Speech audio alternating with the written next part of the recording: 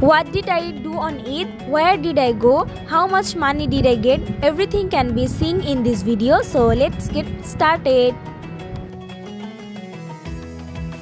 Hey everyone, Assalamualaikum. I am Liza. Welcome back to my YouTube channel Liza's Life.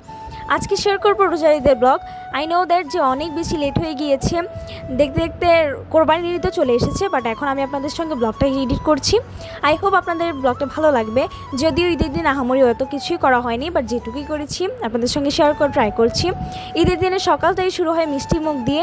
এটা সচরাচর একবার ছোটোবেলা থেকে আমরা সবাই একটু মিষ্টি, সেমাই, নুডলস এগুলো খেয়ে সবসময় ঈদের দিনটা শুরু করি। তো আজকেও ঈদের দিনেও সেম, আজকে সেমাই রান্না করছে এখানে আম্মু যদিও সচরাচর গ্রামে রান্নাবান্না খুব একটা করে না, বাট যেহেতু আম্মুর হাতের রান্না সবাই খুব বেশি পছন্দ করে, বিশেষভাবে করে সেমাইটা, যার কারণে আম্মু এখানে সেমাইটা রান্না করে নিয়েছে। তো সকালে আমি একটু সেমাই খেয়ে নিয়েছি, তারপর দেখলাম যে আমার আব্বুর এখানে সবাই নামাজ পড়তে যাচ্ছে। পাশাপাশি এখানে আমার চাচিরা হচ্ছে গিয়ে বিরিয়ানি রান্না করার জন্য প্রিপারেশন করছে। আর ঈদের দিনে কিন্তু বিরিয়ানি, পোলাও, মাংস খেতে খেতে এত বেশি বোরিং হয়ে যাচ্ছি যে এরপর আর কিছু খেতেই ভালো লাগে না। তো আমি এখানে মাঝে একটু ঝটপট রেডি হয়ে নিয়েছি, কারণ ঈদের দিন মানেই কিন্তু সাজুগুজু, ঘোরাফেরা এগুলোই।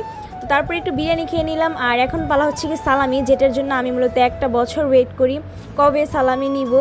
যাই হোক, এখানে হচ্ছে আমার দাদা আমাদের সবাইকে সালামি দিচ্ছিল 20 টাকা করে, আমরা সবাই সেটা নিয়ে মজা করছিলাম। এখানে আমাদের ছোট্ট পাখিটাকে বড় বাবা সালামি দিয়েছে, মানে আমার দাদা। তো সেটা নিয়েও আমরা সবাই মিলে অনেক ফান করছিলাম যে ওর সালামিটা কে নিয়ে নিবে।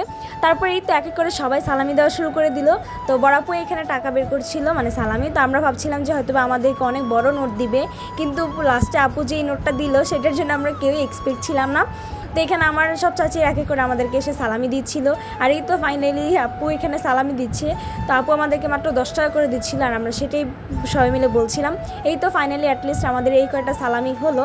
তো আপনারা যদি কেউ আমাকে সালামি দিতে চান, বিকাশে আমাকে পাঠিয়ে দিতে পারেন, আমি কিন্তু অনেক বেশি খুশি হব। এবং আপনাদের কাছ থেকে আমি সালামি হিসেবে চাই আমার চ্যানেলটিকে আপনারা সাবস্ক্রাইব করে দিবেন, লাইক, কমেন্ট অ্যান্ড শেয়ার করে দিবেন। ফ্রেন্ডস অ্যান্ড ফ্যামিলির সাথে শেয়ার করতে পারেন আমার ভিডিওটি যদি ভালো লাগে। মাঝে আবার একটু নানু বাড়িতেও গিয়েছিলাম নানুদের সাথে দেখা করার জন্য। তো তাদের সাথে অনেকক্ষণ সময় কাটালাম, তারপর সালামি আদায় করে আবার চলে আসলাম। আর ঈদের দিন না খুব ইজিলি অনেক টাকা ইনকাম করে বড়লোক হওয়া যায়। আর 365 দিনে যারা আপনাকে জীবনও সালাম দিবে না, যারা আপনার সাথে বেয়াদবি করবে, ঈদের দিন কিন্তু সবাই খুব ভদ্র হয়ে যায়, সবাই আপনাকে সালাম করে শুধুমাত্র সালামি পাওয়ার আশায়। আমিও তাদের মধ্যে একজন। যাই হোক, কথা বলতে বলতে চলে আসছি আমাদের প্লেসে। আমরা একটা ব্রিজে ঘুরতে এসেছিলাম। এই ব্রিজটার উপর মূলত মেলা বসে, ছোটোখাটো অনেক ফুচকা, চটপটি এগুলোর স্টল বসে এবং মানুষ হাঁটাহাঁটি করে। তো সেই জন্যই মূলত আসা। আর ওইভাবে করে কোনো ঘোরার প্লেসও নাই, তো ভাবলাম যে এখানেই ঘুরে আসা যাক।